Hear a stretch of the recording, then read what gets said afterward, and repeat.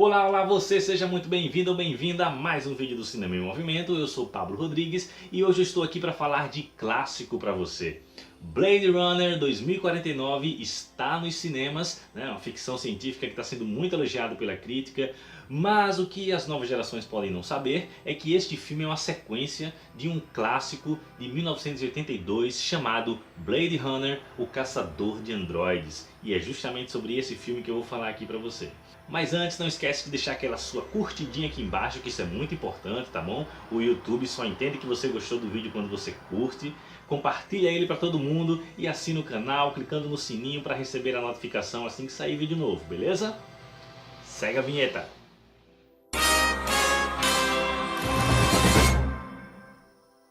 A trama do filme se passa em 2019, pois é, bem pertinho, né? Releva que era 1982, aquela época, tá? E retrata uma sociedade caótica, dominada pelas grandes corporações, né?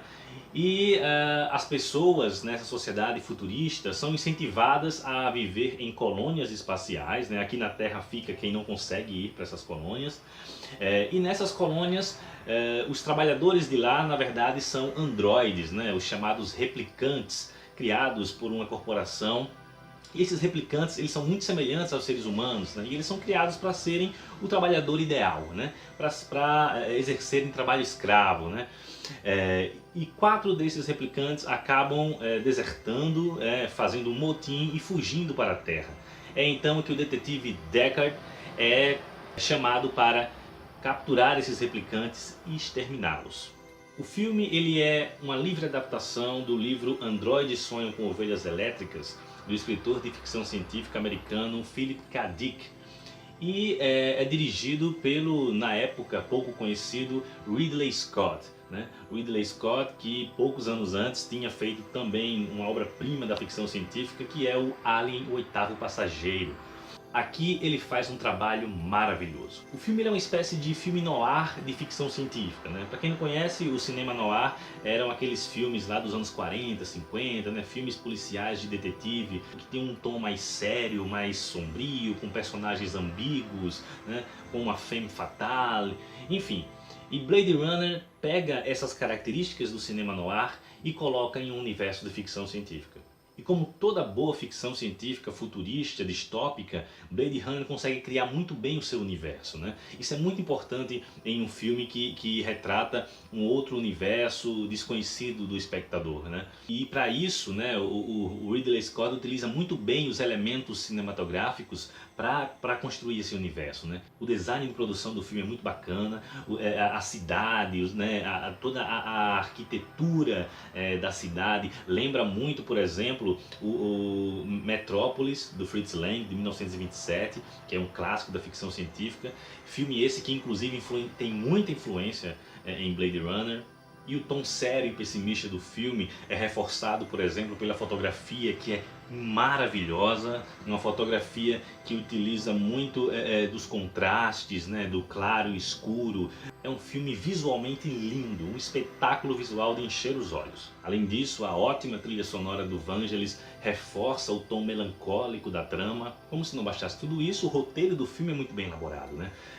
Toda a trama ela é muito bem construída e é um filme que não tem pressa de construir a sua história, né? Inclusive o filme tem um ritmo mais lento, né?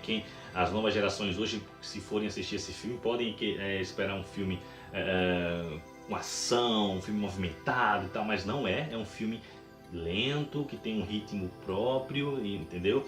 E isso é proposital, né? E os personagens são muito bem desenvolvidos, né? Com exceção apenas de um ou outro personagem lá dos replicantes, que acaba não tendo muito espaço na trama, mas de resto todos os personagens são bem construídos, você consegue compreendê-los muito bem. E o elenco dá um show, né? Todos estão ótimos, né? O Harrison Ford tá muito bem aqui. O personagem dele é um personagem misterioso, um personagem que a gente nunca fica sabendo muito sobre ele, mas ele consegue transmitir um conflito interno, que você percebe que ele não gosta daquilo que faz, sabe? É um personagem muito interessante. Outro destaque também é o personagem da Daryl Hannah, né, a Pris, que é uma replicante, né? E a replicante é feita para servir nos serviços sexuais, né? E o personagem do Rutger Hauer, o Roy, que é o replicante líder lá do grupo, né? E eu preciso destacar a cena final do personagem do Rutger Hauer, o Roy,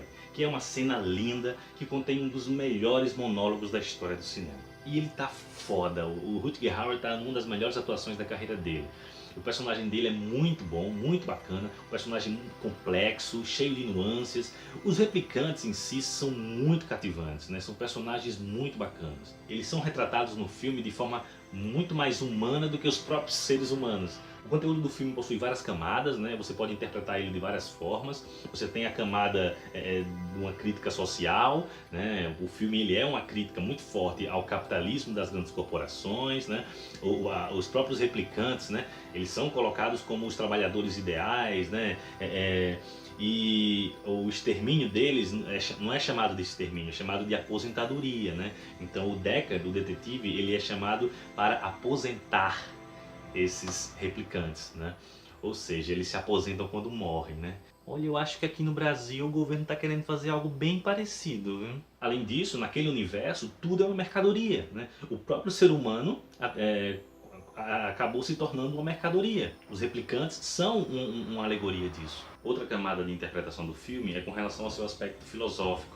Esse talvez seja o conteúdo principal de Blade Runner, né? O filme ele traz questionamentos filosóficos muito profundos, complexos, questões como, por exemplo, o que nos torna humanos, né? O que é que nos constitui enquanto ser humano, né? Qual é a natureza das memórias? O que é ser humano em uma sociedade desumana, onde o ser humano é encarado como mercadoria. O filme traz todas essas questões de forma sutil, sem escancarar na sua cara, como fazem os filmes de hoje, né? Sem mastigar tudo para você, não. Ele não se preocupa em dar respostas ao espectador, mas deixa a nossa mente e a nossa cabeça fervilhando quando acaba o filme, né? De questões, de questionamentos, e isso é muito bacana.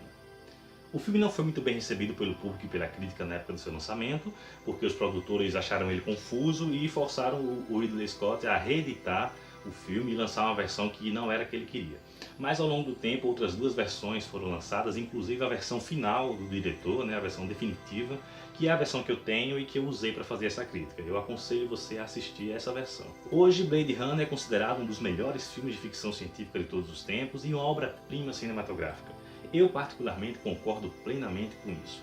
Blade Runner é um filme sensacional que de lá para cá vem influenciando muito a ficção científica e é um filme que as novas gerações precisam assistir. É um filme para quem gosta de cinema de qualidade. Nota 9,5.